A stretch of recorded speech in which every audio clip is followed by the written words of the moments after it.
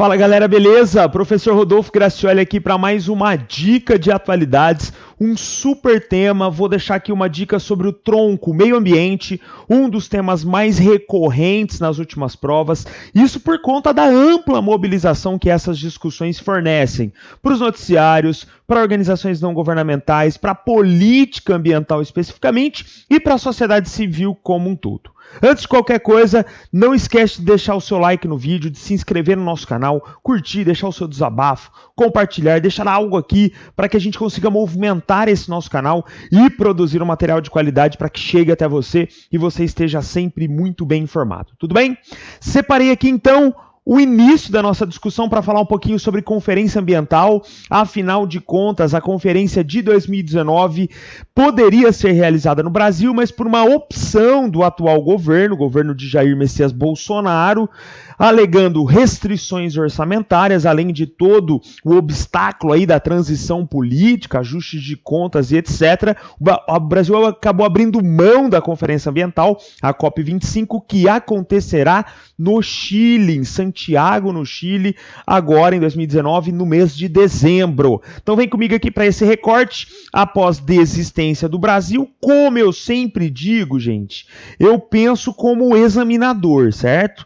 Então olha aqui quantas possibilidades. Qual país desistiu para que fosse realizado no Chile? Brasil. Depois do Brasil desistir, a conferência foi confirmada em qual país? Chile. Pronto. Aquela questãozinha mais pontual, aquela questão que derruba o candidato, porque ele não se lembra da localidade geográfica, estaria aqui. Uma questão mais complexa. Quais justificativas do governo brasileiro para que não acontecesse a conferência, para que ela não fosse confirmada aqui no contexto brasileiro? Aí você vai para a questão orçamentária, que foi a principal justificativa, junto com essa transição de governo. Isso foi o que o Itamaraty afirmou, a justificativa formal apresentada. Tudo bem? Lembrando aqui o histórico das COPs. Obviamente que a COP21 foi a que você mais ouviu falar, a Conferência do Clima de Paris, que resultou no Acordo de Paris, um grande acordo consensual global para tentar reduzir os efeitos drásticos da emissão de poluentes e o consequente agravamento da condição, da situação do aquecimento da Terra. A gente sabe que esse é um ponto polêmico entre ambientalistas, aquela corrente negacionista que entende que a ação antrópica não interfere diretamente no aquecimento do planeta, seria aí algo espontâneo e natural que eles provam desde a época da glaciação, seria uma elevação assistida de um modo espontâneo. Mas enfim, a maior parte da comunidade científica comunga da ideia de que de fato há uma relação direta da ação do homem com o meio ambiente. Então, COP21 lá em 2015 Paris, COP22 2016 Marrakech no Marrocos, COP23 em Bonn, na Alemanha, e a COP24 de 2018 que aconteceu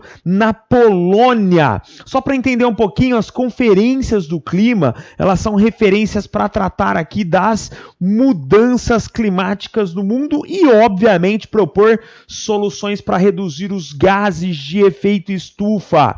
Segundo os dados divulgados lá em 2018 na Polônia, na COP24, para que os objetivos do Acordo de Paris sejam alcançados, os países do G20 devem triplicar, é isso mesmo, triplicar seus esforços no controle das emissões de gases do efeito estufa. O que isso sugere para a nossa análise? É uma preocupação muito mais teórica do que prática. Na hora da tomada de decisão, na hora da ação em si, a gente não nota metas bem estipuladas e principalmente cumpridas. Isso é o que os organismos que atuam na causa ambiental alegam, e essas são as fortes mobilizações contrárias a esse discurso tomado por uma demagogia cheio de retórica de que há uma preocupação com o meio ambiente, mas na prática não é isso que a gente assiste. Para fechar aqui, temos lá no Acordo de Paris o impedimento de que até 2100 a temperatura chegue a 2 graus, suba em 2 graus, fazendo de tudo para que não chegue até 1,5, e segundo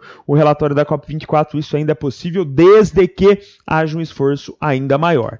Como que a gente conecta esse tema com um dado divulgado em novembro de 2018 com relação ao contexto brasileiro. O Brasil é um dos países que mais contribui para o aquecimento global e, obviamente, que outras nações com elevado potencial de industrialização também. Então é o que eu trago aqui nesse relatório do Climate Data Explorer do World Resource Institute. Nossa, falou um pouco, mas falou bonito.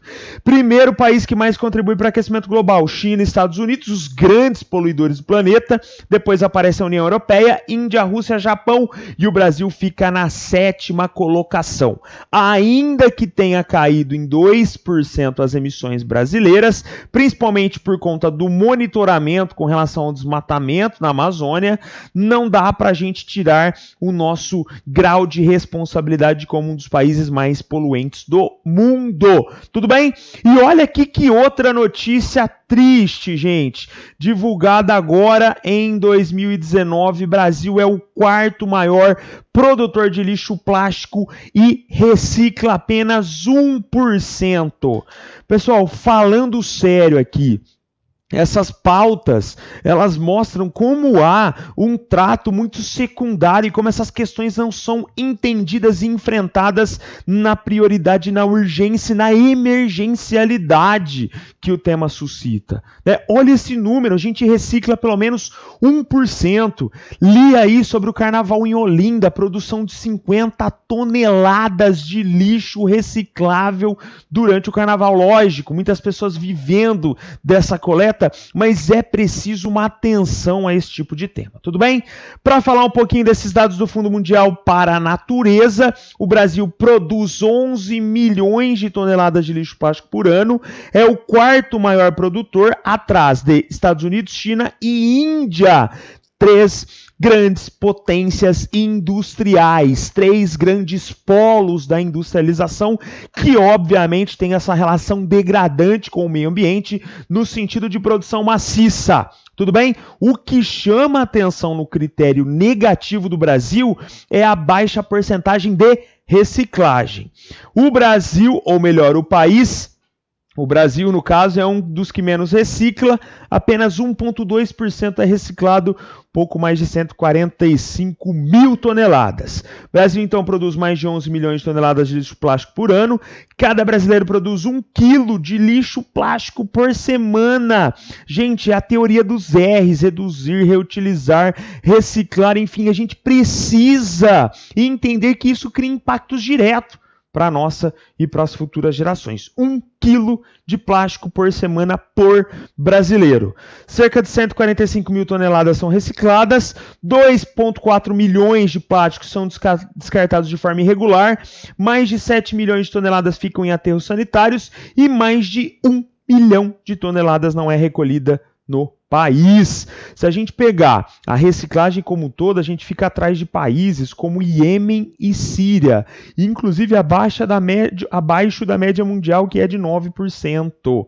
Ou seja, a situação no Brasil é realmente uma situação aí de caos, né, com relação ao descarte, à reciclagem, e é preciso um trato e uma atenção especial a esse tema. Tudo bem, galera? Feito isso, a gente termina aqui a nossa dica rápida. Mais uma vez, peço, deixa aqui a sua curtida, deixe o seu comentário, compartilha esse vídeo, se inscreve no nosso canal, isso é muito importante para a gente continuar aqui produzindo material de qualidade. Convido vocês, dia 4 de abril, 21h30, aqui no meu canal do YouTube, um mega aulão de atualidades, onde a gente vai fazer uma revisão de todos os acontecimentos relevantes do começo de 2019 e fim de 2018, para você fechar a sua prova. Agradeço o carinho, agradeço a atenção, encontro vocês no próximo vídeo. Valeu!